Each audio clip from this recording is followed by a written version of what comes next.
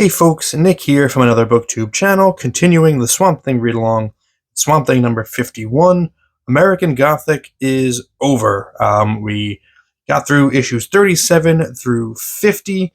That concludes that story arc. And now we are done with the cosmic world-ending threats. We're back to just like the personal stuff with Swamp Thing and Abby, and this is the beginning of a new story arc that is very personal for the couple. We saw the seeds for this particular arc be planted a few issues ago, so I recommend going back on my channel and just watching the previous episodes so that you're completely caught up and you know how we got here. Swamp Thing 51 marks the first issue, or a first official issue where Stephen Bissette and John Tollivan are no longer the regular creative interior team for the drawing duties. Rick Veitch and Alfredo Alcala have taken over, but Bissette has stuck around to do some covers. This is a really great cover that captures what happens in this story. Swamp Thing raging in full color, with Abby tearful in the background, kind of washed out in blue, using some screen tone on the cover, which I feel like I don't see often. And she is in handcuffs. So how did we get here? What's going to happen? Let's take a look. We open with Swamp Thing, Deadman, and the Phantom Stranger walking through the afterlife realm, just after the crisis ended, or rather just after the events of issue 50 have ended. The threat to heaven has been stopped. There's been an agreement made between good and evil. I don't know. It's kind of an abstract conclusion, and everyone's going back to normal. Swamp Thing plans to go home and see his wife, who he misses very much. We get our title page here, Home Free, written by Alan Moore, art by Veitch and Alcala. I'm also going to note John Costanza as letterer because there's a lettering thing that I want to point out later, which I like. But we cut to Abigail Arcane, or Abigail Holland, in jail. She has been arrested by the Louisiana police because photos of her and Swamp Thing getting cozy have become public, and she's been arrested for, up to this point, we don't actually know the charge, but we'll get to that. But she's in adjacent jail cells with this lady here, who's talking about how she got arrested because she stuck frozen fish sticks, like boxes of frozen fish sticks, down her top, and she was too cold and making her shiver, and that's what tipped the cop off that she had something hidden. I'm noticing on my copy that there was something wrong on the printing process. Some of the skin tone color also has the blonde hair color, like on her chin and a little bit on the hands and arms down here. But this woman is talking about how she got caught, and she asks Abby what she did to get arrested, and Abby says, hugging vegetables. And I like this, where she's sitting up close against Abby, she says hugging vegetables, and she goes to the other side of the jail cell to get away from her, because she's the weirdo. Right off the bat, I see Alcala went to the Frank Frazetta School of Hatching and Backgrounds. Very familiar with that. I know Bernie Wrightson did that too. Abby's meeting with her lawyer, who's trying to work on their defense, and the lawyer's like, look, we can't deny that you're involved with this monster thing, so let's try to spin this, and we'll say that you were coerced into it. And Abby's refusing to play ball on that and saying, like, no, I went to him for a relationship. I love him. Like, what is this nonsense? What am I even being charged with? And we get finally it's named that she's being charged with crimes against nature. It is the crime that is usually attributed to people who are having sex with, like, animals, basically. To which Abby starts laughing hysterically, which she feels is a sign of normality, because it's just so ridiculous to her. She can't help but laugh. Back with Swamp Thing and Deadman, we got a little comedic moment here where the guy who was revived, I think in issue 48, and who didn't want to go back, like he didn't want to go back to the living, he wanted to just move on to the afterlife. Dead man sent him back because he was resuscitated. He's back now, and he did get resuscitated, but while they were in the ambulance on the way to the hospital, the brakes failed, and he died that way anyway. I don't know, little goofy moment. Also, I don't know what this thing is. He serves no purpose. I guess Rick Veitch just wanted to be like, here's a big thing. It's a big gross thing. Abby stands before the court, the judge doing the eye pinch, because he tells her, like, look, since you're not denying any of this, I have to take what the prosecution is saying at face value, because they're saying something ridiculous, that you're sleeping with a monster, and it would be so easy to throw this out if you were to just deny it, and Abby refuses to. The judge mentions that she works with kids, so they can't take this lightly, and she is enraged by that because she's really good with the kids at Elysium Lawns, but our scowly judge says he wouldn't let his children be exposed to anything that she's currently doing. Alcala's inks, I mean, he is not nearly as line heavy, I would say, as John Toddleben, but I think he does a pretty good job of maintaining the consistency of the series. Like, this face looks like a Toddleben face, although it does have a lot more, like, harder lines. Sometimes Toddleben can be very loose and leave a lot of open space. Alcala will close off, like, the jowls, the nose, the brow, but he will still fill in all those parallel lines just for shading. Bail is set at $15,000 for Abby. She's got no way to pay it, but she is bailed out by Deanna from Elysium Lawns. This is not a sign of, like, forgiveness or friendship.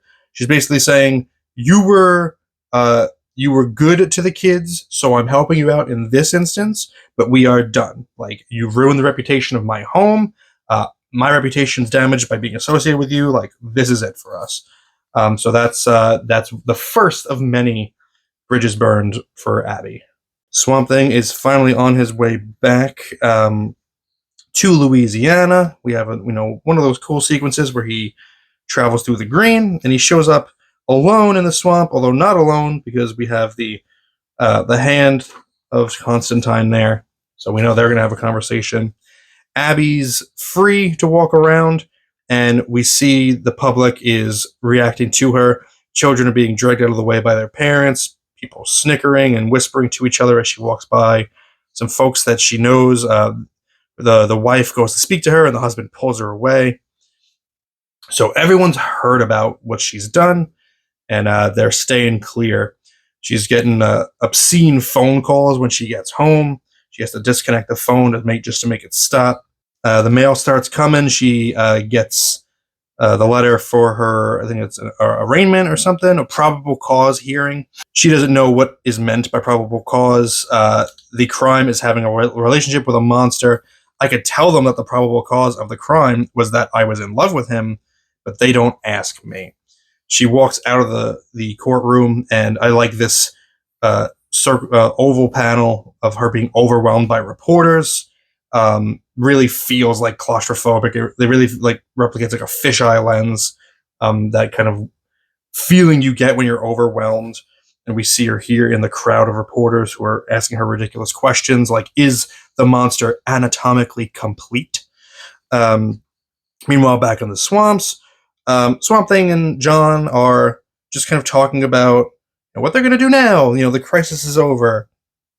John, regrets all the people he lost in this. He mentions Zatara, Sargon. Mento is deranged. His friends Frank, Judith, Emma, Sister Anne Marie, Ben Cox, and his mother. Took a big toll. A lot of John's address book going to have some big X's over it moving forward here. And Swamp Thing tries to, talk to him a little bit about it, but John plays it cool. He says that I'm just an ordinary person with ordinary needs. That's all most ordinary people are or want. All us poor, uncomplicated buggers. We're harmless. It's all the extraordinary people who are dangerous. The ones who wake up thinking, will I conquer Europe today? Instead of what's for breakfast. That's that's the sort that needs watching. It's like the Parliament warned you: avoid power, avoid anger. And Swamp Thing says, "What could possibly anger me now that everything's over?" We got a great page here. I really love this page. We open with a extreme close-up of a brick with a note attached to it that says, "Get out and go to Russia."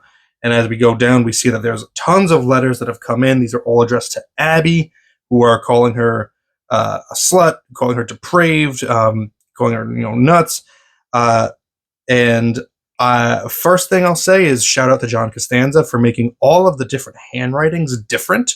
It's not all just the same hand. It looks like it's coming from different people. Also, a big shout out to Rick Veitch for coming up with a really creative layout here that creates a great flow down the page that really sells the fact that she's being overwhelmed with letters, because we get the extreme close-up, but the note is breaking the border panel to the right. So it brings our eyes to the right, and that's what shows us the door with the brick through it, and it expands our view by bringing us further out. We get another note, which again is breaking the panels to the left and down. So we move our eyes to the left and down to see more notes. But we see, and the way we're reading it, we're seeing more and more letters literally flood in. It feels like there's movement as these things are just being thrown across the floor. Another note that breaks the panel. We get more envelopes torn open, more letters, until we're finally stopped at her feet, and where we get to her letter that she's writing to Deanna, basically saying, "Thank you for bailing me out. I'm sorry this is happening. I'll pay you back one day." But Abby's going to go on the lam now. She is not going to stick around for this farce. She gets on a bus, heads to Gotham City, the big city. That's where you go to escape ridiculous things like this. John and Swamp Thing say goodbye. And meanwhile, Abby's arrived in Gotham.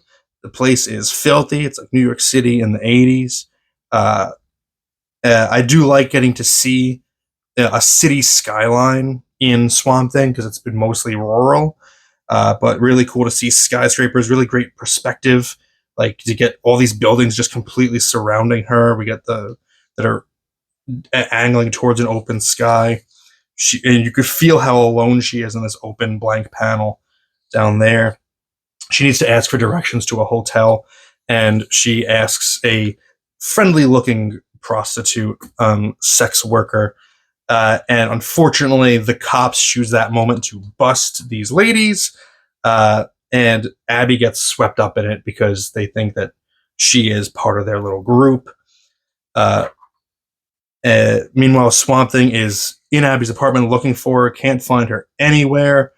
Abby is back in jail, in the Gotham City jail, but she is taken out of the cell. The officers call her Mrs. Cable, even though she gave her name as Mrs. Holland, so she knows the jig is up.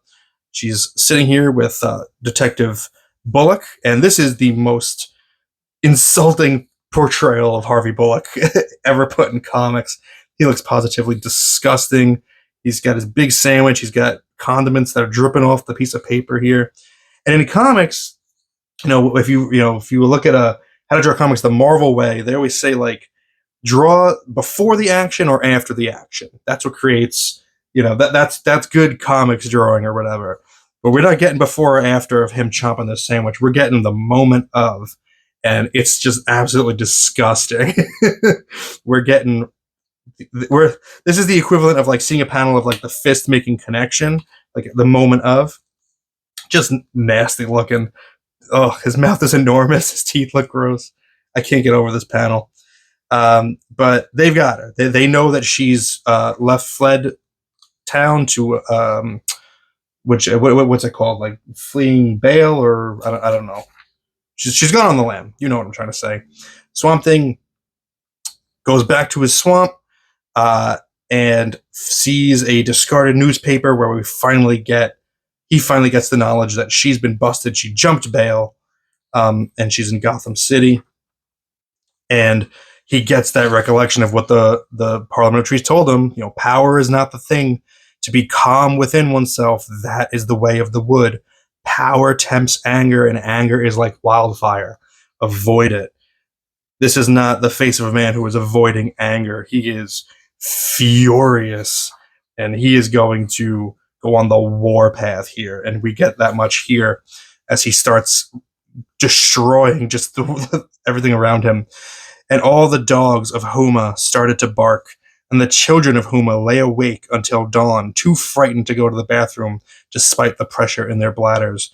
And the trees shivered in a panic of dead leaves, and the moon drew thick gray covers over its head. And out in the swamp the monster raged and trampled, and roared his lover's name, and promised war.